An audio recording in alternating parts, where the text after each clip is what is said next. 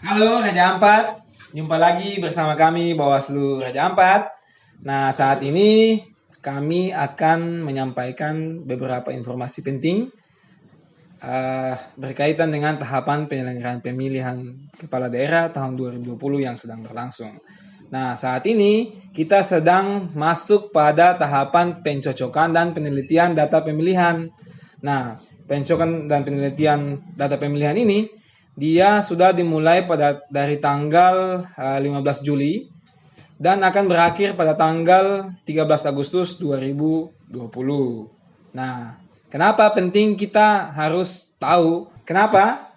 Karena kita sebagai warga negara yang baik yang tinggal di Kabupaten Raja Ampat perlu memberikan hak suara kita pada pemilihan nanti gitu.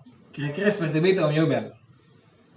Ya, baik. Jadi Bapak Ibu yang berada di kampung maupun berada di ibu kota Kabupaten Raja Ampat dan juga yang masih berada di kebun atau ada di Tanjung-Tanjung yang masih mancing, tolong nanti kembali ke kampung karena nanti akan didatangi oleh petugas PPDP. Itu dong ada pakai lambang di samping sebelah tangan kanan atau kiri.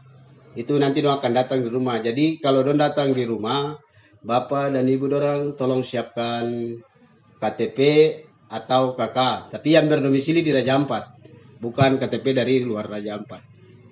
Mungkin itu saja yang harus Bapak Ibu dong siapkan kalau petugasnya datang ke rumah. Oh begitu kan? Nah, jadi pada saat proses pemutahiran ada 4 prinsip dasar yang perlu Bapak Ibu juga ketahui dalam proses pemutahiran data pemilih adalah yang pertama, dia harus akurat. Nah, akurat yang dimaksud dengan akurat adalah tidak ada kesalahan dalam proses pencatatan yang dilakukan oleh petugas. Sehingga Bapak Ibu juga perlu perhatikan semua data yang diinput atau dicatat itu harus sesuai dengan identitas atau informasi yang Bapak Ibu sampaikan. Begitu. Terus yang kedua, dia harus mutakhir. Nah, maksud mutakhir adalah data yang Bapak Ibu sampaikan itu harus data terbaru begitu, ataupun data yang nanti akan dicatat di rumah masing-masing adalah informasi yang terbaru begitu. Misalnya ada penambahan jumlah pemilih dalam keluarga Bapak Ibu misalnya. Ada anak Bapak Ibu yang sudah berumur 17 tahun, berarti dia harus dicatat dalam daftar pemilih gitu oleh petugas. Kemudian data juga harus komprehensif. Nah, maksudnya komprehensif di situ harus status pemilihnya jelas begitu. Yang misalnya memenuhi syarat, tidak memenuhi syarat, itu perlu disampaikan. Kemudian yang terakhir, data pemilih itu atau proses itu harus transparan. Maksud transparan adalah Bapak Ibu menyampaikan data atau informasi yang benar sesuai dengan yang dibutuhkan oleh petugas.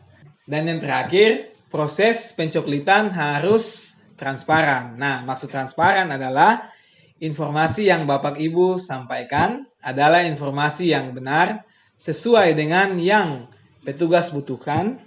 Dan juga si petugas juga transparan. Dalam hal ini dia harus terbuka untuk menerima setiap masukan ataupun saran yang Bapak Ibu sampaikan. Nah, kalau misalnya 4 proses itu tidak dilalui dengan baik, bisa saja terjadi kesalahan dalam pemutahiran data itu. Nah, proses pengawasan memang tanggung jawab petugas pengawasan, dalam hal ini Bawaslu mendampingi PPDP di lapangan. Tapi karena ini adalah demi kebaikan bersama, Bapak Ibu juga sebaiknya memahami informasi tadi supaya bisa sama-sama kita mengawasi proses pencatatan dan penelitian itu supaya menghasilkan data pemilih yang baik. Mungkin seperti itu. Atau Jubel ada penambahan? Silakan. Ya, mungkin saya mau melanjutkan sedikit atau menambahkan ini terkait dengan mungkin di kampung itu mungkin ada saudara atau keluarga yang sudah meninggal tapi nama masih berada dalam data pemilih. Jadi untuk lebih jelasnya keluarga nanti tolong sampaikan ke Bapak Kepala Kampung untuk membuat surat untuk keterangan masukkan ke Capil sehingga nanti Capil yang mengeluarkan akta surat kematian. Karena persoalan masalah orang meninggal ataupun pindah tempat, tapi kalau tidak dilapor ke Capil, itu tetap akan nama ada di dalam data pemilih. Jadi mungkin yang ada punya keluarga meninggal di tahun kemarin atau dalam tahun ini, tolong disampaikan ke petugas. Terus satunya lagi, mungkin ada yang belum terdaftar pada saat petugas pemutaran data pemilih datang, nanti sampaikan atau lapor ke sekretariat PPS atau di PPD, biar nanti mereka yang melanjutkan dengan membawa KTP dan kartu keluarga. Mungkin beliau itu saja yang bisa dapat saya sampaikan. Oke, terima kasih banyak Om Yubel atas waktunya, juga kepada semua yang sudah melihat video ini. Semoga informasi ini bisa bermanfaat bagi Anda sekalian dalam proses pencoklitan yang sedang berlangsung. Sekian dari kami. Nantikan video-video berikutnya menyangkut dengan proses pengawasan pemilu di Kabupaten Raja Ampat. Nah, kami juga ada cantumkan informasi yang bisa Bapak Ibu saksikan di bawah ini. Semoga bermanfaat. Bersama rakyat, awasi pemilu. Bersama Bawaslu, tegakkan keadilan pemilu. Selamat Joshua.